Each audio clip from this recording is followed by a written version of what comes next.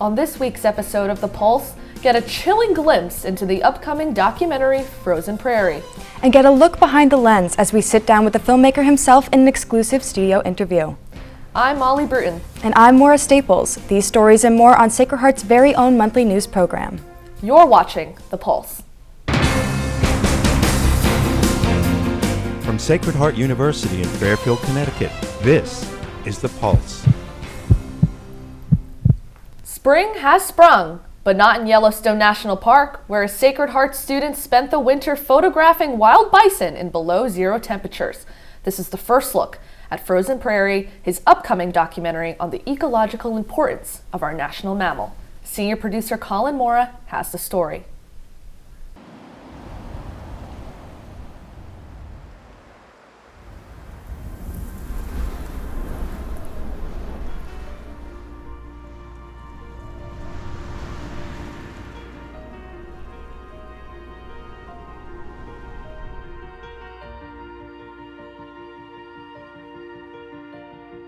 The greater Yellowstone ecosystem is one of the most important wildlife habitats on this continent. It's an amazing collection of animals supported directly by bison. We need to do the best job possible for restoring our national mammal, and that's both reconnecting people and lands with bison. We all know this is special, and we all get a benefit from it. How do we protect this well? Because now it's really rare.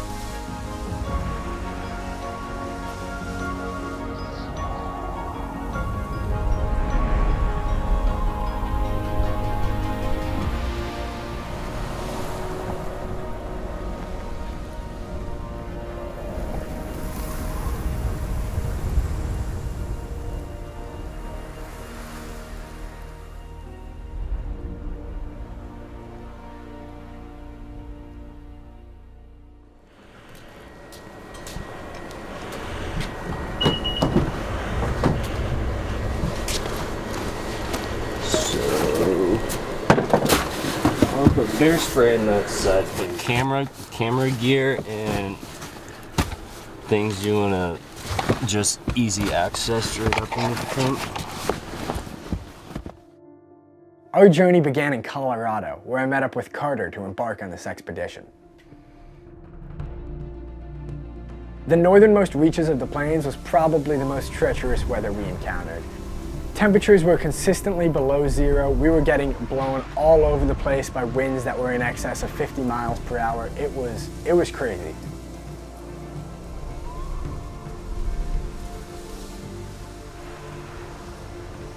I was amazed by the life that found ways to survive under these conditions.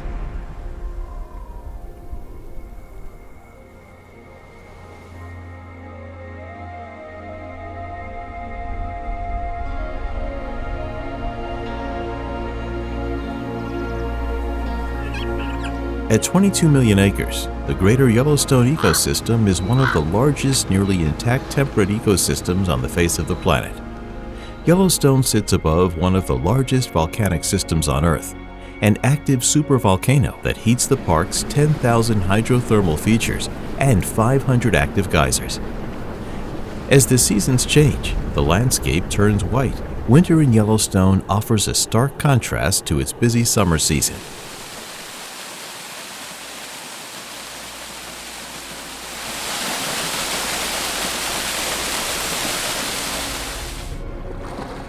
Home to the largest concentration of mammals in the lower 48 states, this ecosystem contains the greatest and most diverse gathering of ungulates in the Western Hemisphere. Pronghorn make their annual 200-mile-long migration through this land, crossing through widespread human development and ranch land as they navigate the longest migration in the lower 48 states. Both mule and white-tailed deer roam these brushes, feeding on twigs, grasses, and other vegetation. High in the rocky cliffs of Badlands National Park, bighorn sheep traverse through steep, rugged terrain.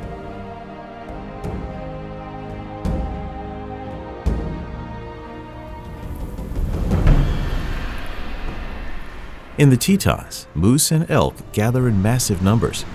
Every winter, thousands of elk migrate to the National Elk Refuge in Jackson, Wyoming, to feed and escape the deep snow of higher elevation areas.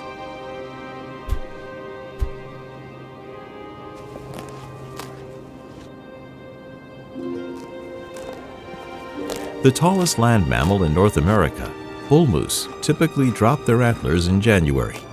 As the weather gets colder, their diets shift to woody browse and subalpine fur. While moose prefer to live in forested areas near a water source, bison thrive in the open prairie. The stewards of the grasslands, their grazing patterns increase the biodiversity of the regions they inhabit. Bison are an ecosystem engineer. They fundamentally change an ecosystem. They accelerate nutrient cycling, which causes grasses and plants to regrow after being grazed. So they essentially not only follow greenways, but create their own greenways across the systems. They can live in this Yellowstone ecosystem in the winter, where sometimes, the snow's up above my waist, up to my chest, because they work together. Power in the herd, power in numbers. For The Pulse, Colin Mora, Gardner, Montana. In addition to the documentary, our very own Jenna Reynolds is here today to sit down with Colin and take a deeper dive into the meaning behind his outstanding project. Let's toss it over to Jenna and Colin. Thanks, Maura. I'm alongside Colin, producer and director of Frozen Prairie. This is a film depicting America's bison in their natural habitat. Colin spent weeks this winter traveling all over the frozen landscapes of the Rocky Mountains. Colin, thank you so much for being here today. Yeah, thanks for having me. I'm stoked to talk about the project. What you guys just saw was a short, 5-minute intro to the film, and that's going to be the opening sequence of the documentary, which will come out in a couple weeks. I got to see a couple sneak peeks, and I felt truly immersed in the environment. You took me on a journey. It could have been me behind that camera. But before we get to the filmmaking, I have to ask, why bison? From what I've gathered, they play a greater role than I thought. So why bison, and why are they so special? Yeah, I've always been really interested in bison. I think it started with my first trip to the region years back when I went to Yellowstone with my family. And I just really, really think they're an amazing animal. I think they're underappreciated as our national mammal of the country. They're the largest mammal in North America, and the ecological role they play in supporting the habitats of our country is really often underlooked. Without them, our ecosystem has suffered. And so I think telling the story of bison, not just their ecological importance, but also their cultural importance to this land, as buffalo is one of the most important parts of indigenous spirituality across the country. I thought it was an important story to tell, and they're pretty fun to hang out with and film. They're pretty cool, but I do want to transition a little bit into that filming process. Yeah. So although it was cool hanging out with the bison, extreme weather conditions, extreme cold, extreme winds. You said negative 14 degrees off camera. Talk to me a little bit about battling those natural elements, balancing, getting that perfect shot, and how do you prepare for that, Colin? Yeah, it was pretty cold. Good thing I like the cold, not a hot weather person, so the cold was good, even though it got definitely a little dicey in some points. I'd say the most difficult thing was deciding when to take off my gloves and press record on the camera. I had these big winter ski gloves that are very warm, but they don't handle a camera so great.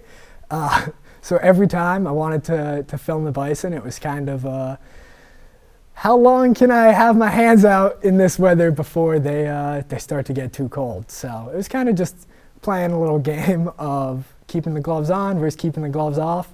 But other than that, driving was definitely an issue. The biggest part probably up in the northern reaches of the high plains, like North Dakota, South Dakota, super windy. We're talking 40 mile per hour, 50 mile per hour winds, just brutal to drive through. Luckily, my cinematographer and friend who worked on the project with me, Carter, carried most of the driving on this trip. So he kind of navigated us through these landscapes and helped us get through some of the worst weather I've seen. Well, we thank you for your sacrifice in the cold, Colin. And now, speaking of challenges, even in studio we have challenges, but there's some you can't prepare for when filming wildlife. I can imagine that's a whole other animal, no pun intended. So just talk to me a little bit about the patience and the knowledge you need filming wildlife and capturing that? Yeah, we were lucky to get a lot of really good information from people that we worked with. So I collaborated with the National Park Service over at Yellowstone, and their biology team was amazing in supporting us and telling us where the best places to film bison are, the best spots to go. I'd say the most difficult thing to film, which you guys didn't see in the sneak peek, but you will see in the full film, is the wolf sequence. That is going to play a pretty cool role in the middle to ending section of the film. Wolves were just reintroduced to Yellowstone like 30 years back, and they were my favorite animal to film out there because it took us so long to find them. We were looking for like 3 days, hiking like 16, 17 miles a day just to see nothing. And while that was fun, it was definitely challenging at points, but working with some wolf spotters and working with trackers who helped us like figure out wolf prints, where they were going. We got a tip about a bison carcass. We were able to get some wolf footage, albeit not particularly close up, but we were able to see the wolves and get some cool footage that I'm excited to showcase in the film. So that was definitely the most challenging aspect. So I'm guessing that the wolves are cooler to hang with than the bison? Definitely a little more stressful. The bison are usually just kind of hanging out, doing their own thing, grazing, eating. The wolves they were tricky to film, but we were always prepared. We had bear spray on us in the event that anything went wrong, and we were always very cautious. We were 200, 250 yards away from the wolves at all times. But yeah, just finding them was difficult. We were lucky in the Tetons to have a wildlife guide with us who was amazing at tracking wildlife. I mean, we saw more moose that day than I ever even thought was possible. Bo Weldon with Jackson Hole Eco Tours, just fantastic guide. But in Yellowstone, we were left a little bit more on our own, so a little bit more tracking, a little bit more trekking through the wilderness. But yeah, it ended up being a pretty good adventure, and we got what we needed. It sounds like an adventure, and I can see the way you talk about this project. It's close to your heart. You dedicated so much time, and what is the overall message, Colin, that you want viewers when they see this film to walk away with? What do you want them to feel? Yeah, I think all in all, it's a conservation story. It's a conservation success story, but it's also a message that there's more work to be done. I think not just with bison, but across all different subjects of conservation and environmentalism, I think it's important that we protect like the wild habitats on our planet, because without them, our world really isn't the same. And I think I would want people to realize the importance of these animals, the importance of organizations like the National Park Service, especially in a dicey time right now. I think they're a critical organization that does such a good job of protecting the species that call our planet home. And I just want people to be able to appreciate that and be able to witness it through my photography. And I'm sure everyone will when this film comes out. April 30th, you were able to see Frozen Prairie on YouTube. Colin, thank you so much for being here. And thank you, shout out to Sacred Heart School of Communication, Media, and the Arts for helping Colin produce this incredible film and for telling the bison story. Colin, thank you so much again for being here today. Yeah, thanks for having me. It's been great. Back to you guys. Wow, Colin is doing some amazing things, and we could not be more proud of him. I could not agree more. I can't wait to see the finished product. When we get back, find out about how Sacred Heart is rewriting the future. And stay tuned for the Weekly Beat, where we keep our finger on the pulse of all things happening this week at Sacred Heart.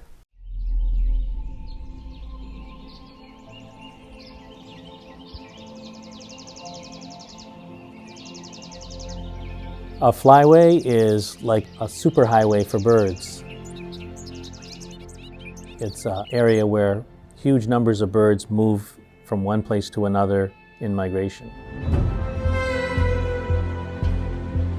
People often think of migrations with terrestrial animals, but those are much smaller migrations than what birds do. Birds literally move across the whole earth. They're great indicators of how our environment is doing. I always talk about the canary in the coal mine.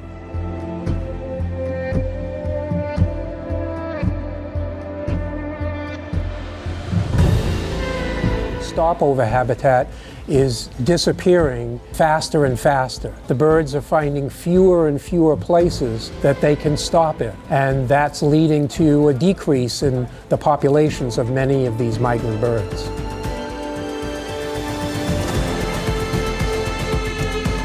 Apex predators are important in regulating habitats that the birds need, both in migration and in breeding. Even though you might not see wolves out there predating on, say, the snow geese, they're still such an integral part of this entire ecosystem in this landscape. We know this is wild up here. What started as a film about birds is totally metamorphosized into a project about how birds connect our environments. They truly create the flyway of life.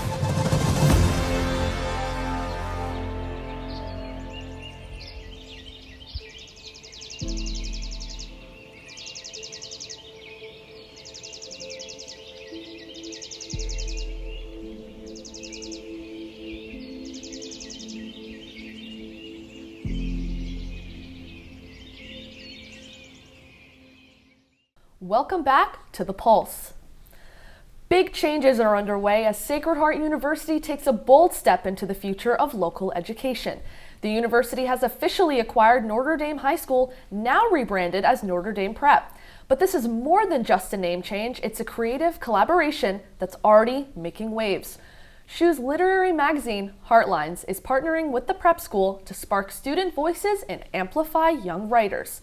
Olivia Tedesco has the story. I'm here at Notre Dame Prep, which was formerly known as Notre Dame High School, which was recently acquired by Sacred Heart University.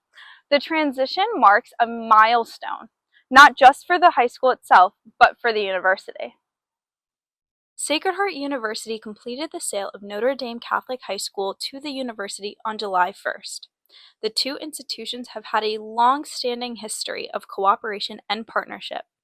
They are looking forward to strengthening that relationship as the new school year begins. We'll be hearing from Sacred Heart University's president, Dr. Patillo, on how he believes that this new partnership will further grow both the lives of the students here at Notre Dame and the students at Sacred Heart.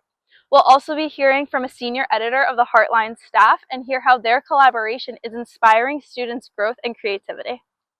What I'd want our community to know that Notre Dame is part of this community here, and that it's just a different phase of the community, and their students will be on the campus for different events, but more importantly that those students will be, many of them will become pioneers at the university level. And it gives us a great opportunity. It's a site where our student educators can be trained, can be experienced at other opportunities for them, whether it be, as I said, right now in communication or in the School of Education. So I think there's a mutuality that is going to be rich going forward. One unique aspect of this collaboration is SHU's literary magazine, Heartlines, which is working closely with Notre Dame Prep students to encourage creative expression. Today, we're here getting a first-hand look on how these students are engaging with this opportunity and what it means for the future of their education.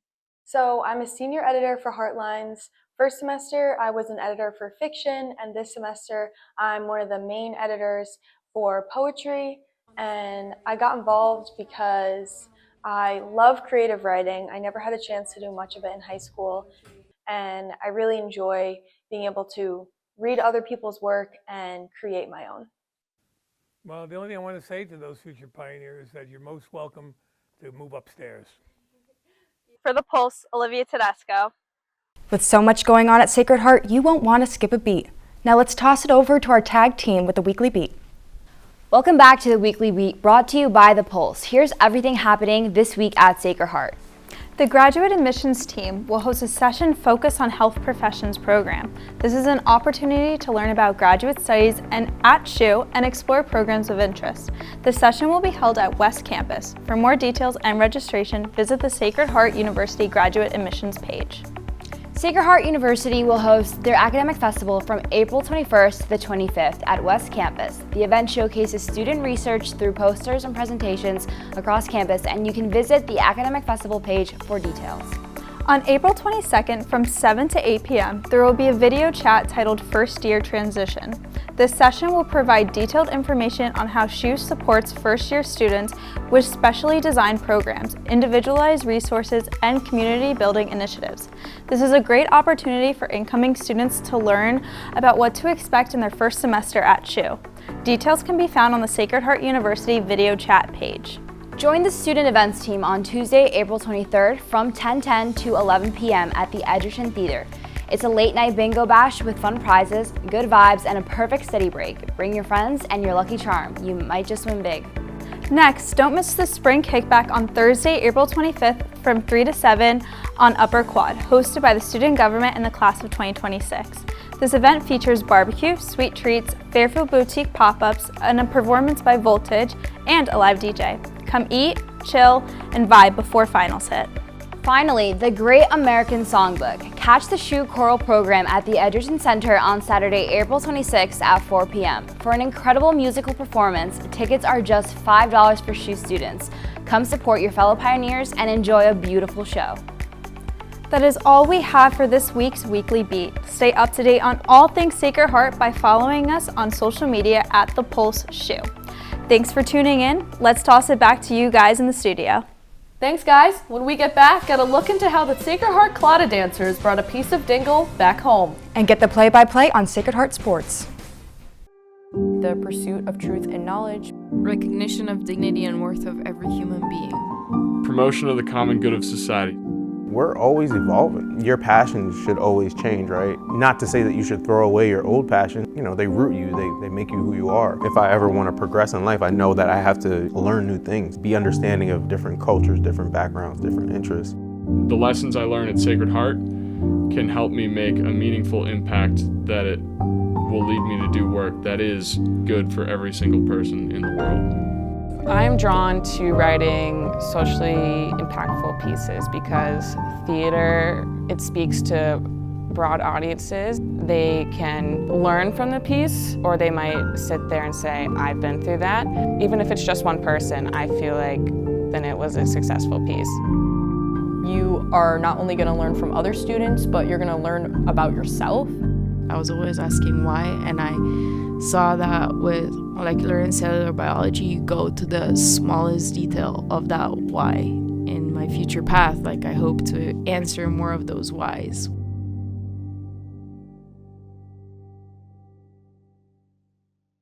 Welcome back to The Pulse.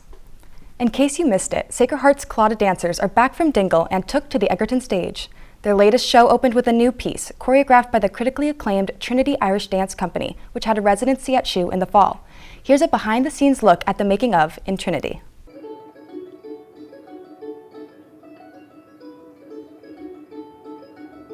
Whether it's out on the competition stage or on stage performing for an audience, there's no better feeling than Irish dance. Being surrounded by 30 other dancers doing the same exact thing you're doing and share the same love and passion for the same sport. Being able to see eye to eye with so many other girls on the floor at the same time is really special. Yeah, you have a hidden language, really cool.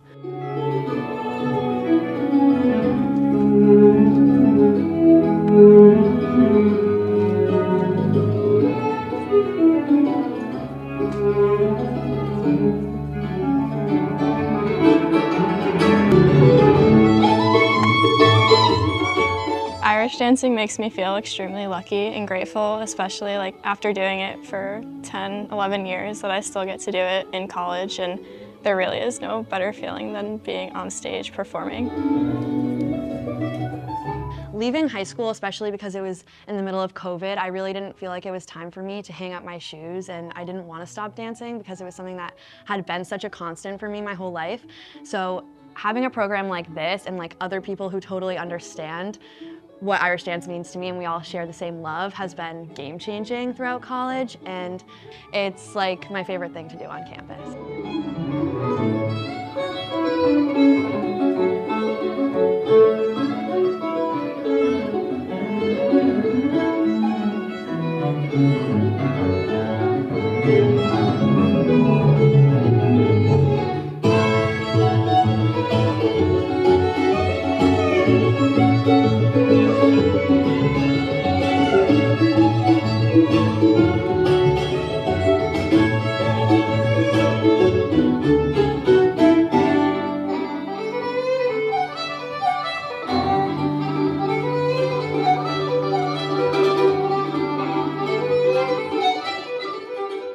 My experience with the Trinity Irish Dance residency was really awesome. I feel like it was just a positive environment and everyone just got to learn, and I've got rhythms that I never heard in my whole life or never thought that I'd be able to do. And I think that especially since we've all been dancing for so long, it's really fun to get to do new things. I think that Trinity really allowed us to challenge ourselves, both as dancers skill-wise and also artistically choreographing our own little parts of the dance. We got to input our own personality and our own skills of what we wanted to showcase, and I think that it's going to add something really exciting to the show that we haven't seen before, and it's been a real pleasure for us to all collaborate and kind of evolve the number from choreographing it in the studio to being able to finally show you guys on stage.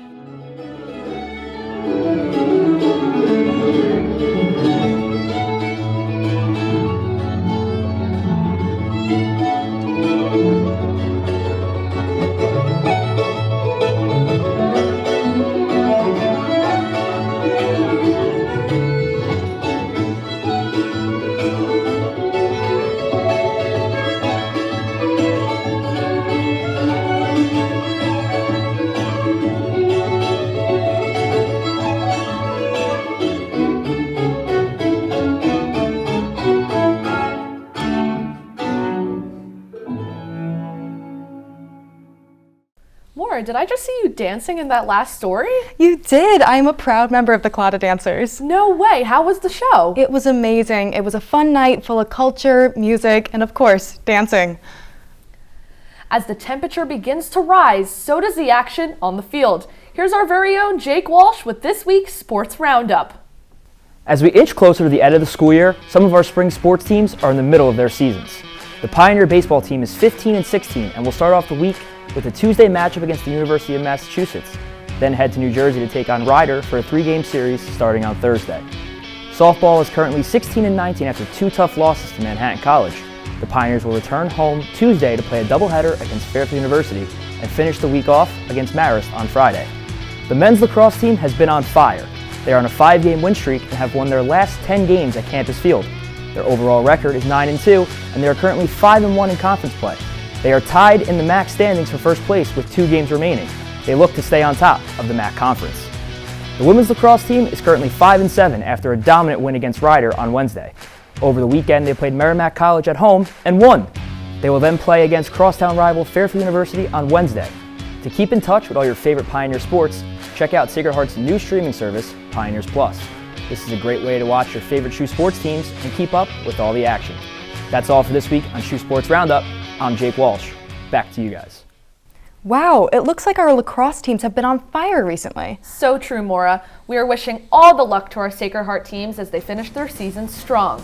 When we come back, check out how SHU students are finding new favorites at a market full of surprises. And you don't want to miss a look into a local gem where you can dress to impress for way less.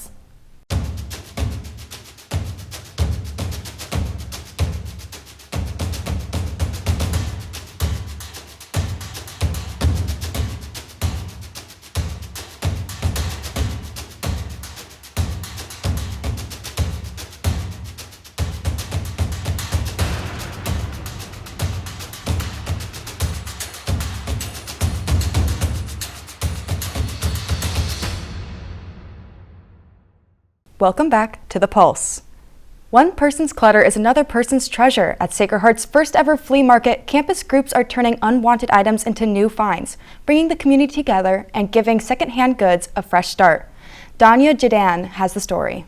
This past Friday, Sacred Heart students had the chance to grab some exclusive free merchandise at the first ever SHU Vintage Flea Market. Organized by various campus groups, the event aimed to reduce waste by redistributing unused apparel instead of throwing it away. And based off the organization leaders' reactions, it was a massive success. It was a first-of-its-kind event at Sacred Heart, tables filled with free shirts, sweaters, hats, and bags, all once belonging to different campus organizations but no longer in use. Instead of letting them go to waste, these groups came together to create the Vintage Flea Market. So we decided to create the SHU Vintage Flea Market as a Big Red Friday. And so we collabed with Office of Student Involvement, First Year Programs, and FSL. So some of the things that we had, we wanted to just make it into a market, and we're just so glad that every student loved it, they enjoyed it. So I'm so happy to see everyone as a SHU community come together, enjoying everything. As for the students, they loved it. The stand sold out their items in just 30 minutes of the event's start time. Even those new to Sacred Heart felt the energy. One incoming grad student who will start his journey here in the fall shared how this event gave him a glimpse into the university's thoughtful community. Really wonderful here. So it's a nice campus, and the people here are so friendly. It's really nice. The professors, everyone are so nice. A set member also shared her perspective, saying the event wasn't just about clearing out storage, but about making meaningful connections through shared experiences. With the success of this first run, plans are already in motion for future flea markets with even more gear. The SHU Vintage Flea Market proved to be a win-win, free gear for students and a sustainable way to give old items new life. Reporting from Fairfield, Connecticut for The Pulse, I'm Danya Jadan. Looking for stylish, affordable fashion that won't break the bank? Renee's Resale in Orange, Connecticut is the perfect spot for SHU students to find unique pieces at budget-friendly prices. Here's our fashion expert, Julia Ciora, with the story. Renee's Resale clothing outlet, located on 220 Indian River Road, is a hidden gem for SHU students looking to upgrade their wardrobe on a budget. Whether you're searching for vintage finds, designer pieces, or just something unique, this thrift store has got you covered. If you love fashion but don't want to break the bank, Renee's Resale is the place to be. This thrift boutique is packed with stylish, secondhand clothing at affordable prices, perfect for college students who want to stay on trend without overspending. From vintage denim and designer handbags to everyday essentials, Renee's Resale offers a little bit of everything. Plus, shopping secondhand isn't just great for your wallet, it's also a sustainable way to refresh your style, giving pre-loved clothes a second life. Hi, I'm Renee Mizrahi, and I own Renee's Resale Clothing Outlet in Orange, Connecticut. We are a 4,000 square foot, beautiful resale boutique of new, pre-loved, vintage, funky, and one-of-a-kind items. It's a woman's boutique. And it's just a really cool location. You come in here and it's like a blast from the past sometimes, or it's trendy. We have our little contemporary rack of, it's like a Nordstrom, Neiman Marcus kind of rack of all the stuff that's going on today. And then we have 1950s and 1960s in the corner over there. So it's a really cool place. I love my store. With the warm weather settling in, Renee and her team have cleared out the fall and winter clothes in order to make room for the spring and summer collection. So the store works on a cycle. We have 2 cycles. We have fall and winter and spring and summer. So as the cycle goes, we put everything out fresh, and then it starts going on sale until the last day where it's like 50 or 60% off. And then the new season, I close the store down for a week. All my girls, all my helpers come in and we transfer everything. We take out, everything's on wheels, and I rent next door, so we just bring everything next door. And then all year I've been processing, cleaning, pricing items, and then we bring the summer and spring items in. Shopping for a new summer wardrobe isn't the only reason to check this place out. Renee, the owner, is also looking to get involved with SHU students who are interested in internships and part-time jobs. Whether you want hands-on retail experience or a creative role managing their social media, this is a great opportunity to gain experience while working in the fashion industry. I feel like it's a great spot for anybody and SHU students because it's just a really cool store. We have really great bags, we have really great costume jewelry, we also have real jewelry, we have silver, we have gold, we have everything. It's just a really cool place. Whether you're searching for the perfect thrifted fit or looking for a job opportunity, Renee's Resale is a must visit. Imagine getting paid to style outfits, take photos, and manage social media for a growing local business. It's the perfect way to gain real-world experience, especially if you're interested in marketing, communications, or retail management. You never know what you're going to find at a thrift store, which is what I believe to be part of the fun. One day you may score with a luxury handbag for a fraction of the price, and the next you may find your new favorite pair of jeans, which is what happened to me. I found these vintage bootleg jeans for $20 here at Renee's Resale, making this my new favorite place to shop. You can stop by the store in Orange or check them out on Instagram to see their latest arrivals. However, I highly recommend going in person to see everything the store has to offer. Who knows, you might walk out with your new favorite outfit and maybe even a job. For The Pulse, this is Julia Ciora, Orange, Connecticut. Wow, that place is so cool. I'm always trying to find new ways to revamp my style, Maura. Me too, Molly. They're cute and affordable. Count me in. Well, that's all we have for you today. Thanks for watching, and be sure to tune in to our next episode. I'm Maura Staples. And I'm Molly Bruton. We'll see you next time on The Pulse.